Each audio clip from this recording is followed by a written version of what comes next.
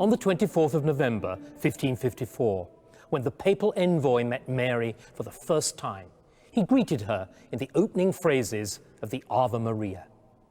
"Hail, thou that art highly favoured, the Lord is with thee, blessed art thou amongst women."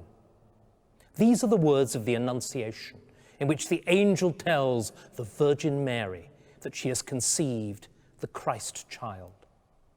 After the envoy left, Mary sent him a messenger to tell him that his prophetic salutation had been answered. The babe, she said, had stirred in her womb.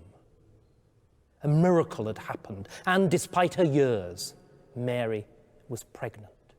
Once again, God had smiled on her.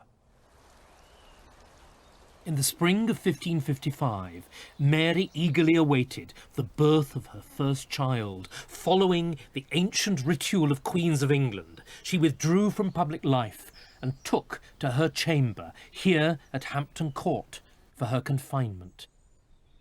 All the chief gentlewomen of the country came to witness the birth. Elaborate baby clothes were embroidered, rockers were employed, and wet nurses brought in.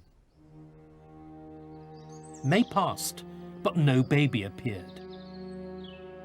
On the 1st of June, Mary reported some pain, and physicians predicted the birth for the 6th, but the day came and went.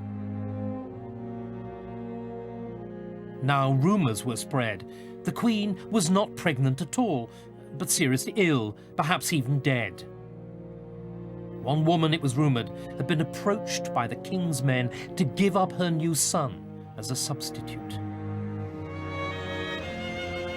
As the country waited, the mood turned from celebration to despondency to contempt. The summer was blighted by terrible storms, and the harvest failed. Even the Spanish ambassador was beginning to think the unthinkable. The entire future turns on the confinement of the Queen, of which, however, there are no signs. If all goes well, the state of the country will improve. If she is in error, I foresee convulsions and disturbances such as no pen can describe. By the end of July, no one but the Queen believed that she was really with child. It was a desperate time for Mary. Outside the palace, her pregnancy had become a joke. Some said that the fetus was a monkey, others that it was a pet dog, others still said it would all end in wind. But Mary wouldn't give up, and as late as July, after 11 months of supposed pregnancy, she was still convinced that she was with child. For God's messenger had told her that she was pregnant. He could not be wrong.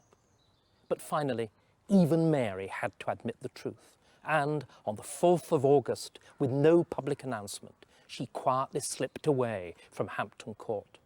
The pretense of pregnancy was over. Whether it was a phantom pregnancy or the result of a cyst or tumour is unclear.